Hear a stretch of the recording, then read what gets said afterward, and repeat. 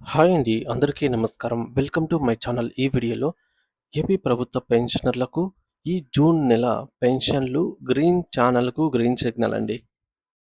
అలాగే పెన్షనర్స్ యొక్క పే స్లిప్‌లో గమనించాల్సిన మార్పులేంటి అనే పూర్తి సమాచారాన్ని ఈ వీడియోలో తెలుసుకుందాము.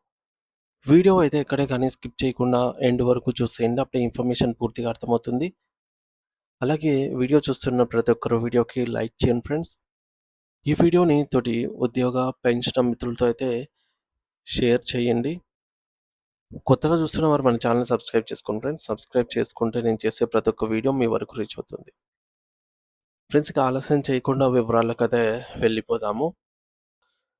ఫ్రెండ్స్ ఇక విషయానికి వచ్చినట్లయితే ఆంధ్రప్రదేశ్ రాష్ట్ర ప్రభుత్వం పెన్షనర్లకు ముఖ్య గమనిక అండి. ఏంటంటే జూన్ నెల పే స్లిప్స్ మరియు పెన్షన్ చెల్లింపులపై తాజా సమాచారం అయితే రావటం జరిగింది. గౌరవనీయులైన పెన్షనర్స్ అందరికీ తెలియజేయడం ఏమనగా ఈ జూన్ నెలకు సంబంధించి పెన్షన్ పే స్లిప్స్ 28వ తేదీ అంటే నిన్నటి నుండే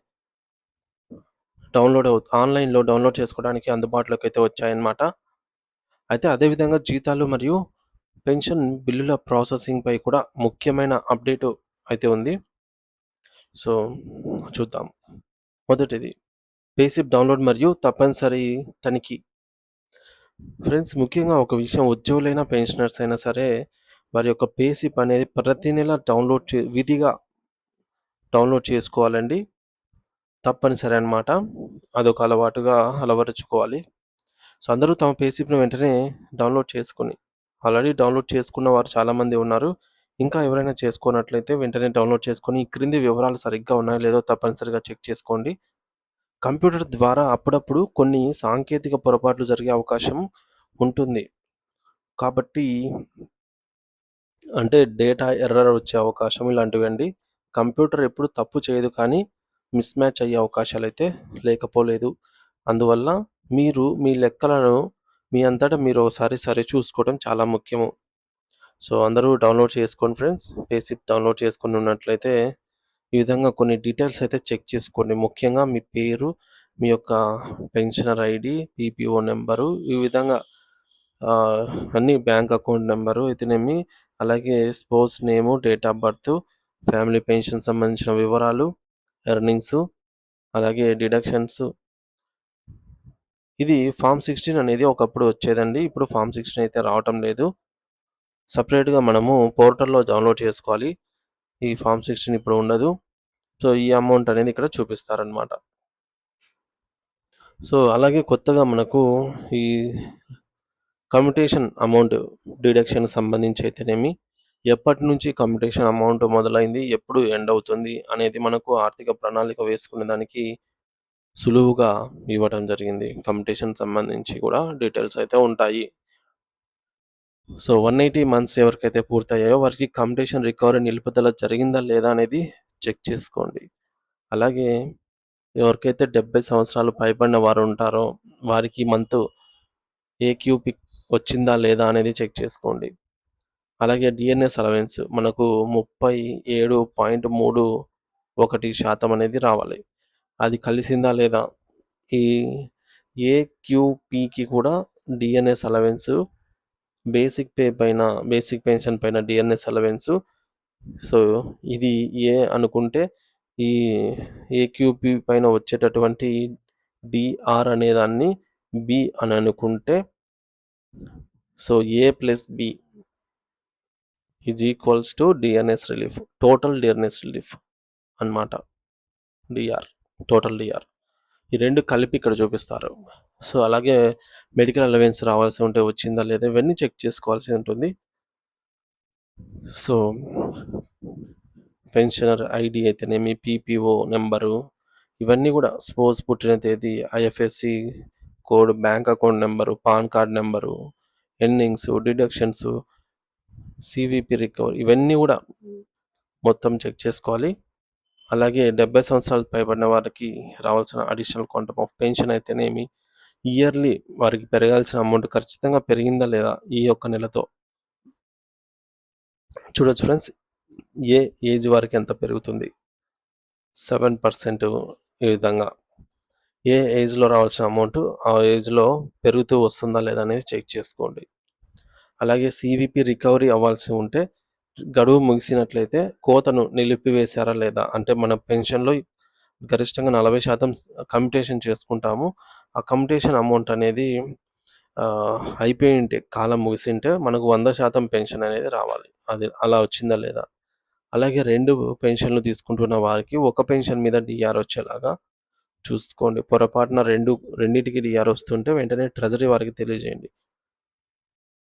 సో, ఈ విధంగా అయితే ప్రతి ఒక్క అంశాన్ని గూడా చెక్ చేసుకోండి.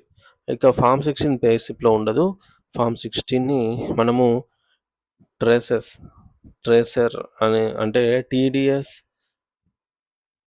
Recognition analyse and correction enabled system అంటది. సో, ఇందులో మనము ట్రేసర్ అని కొడితే వస్తుందనమాట.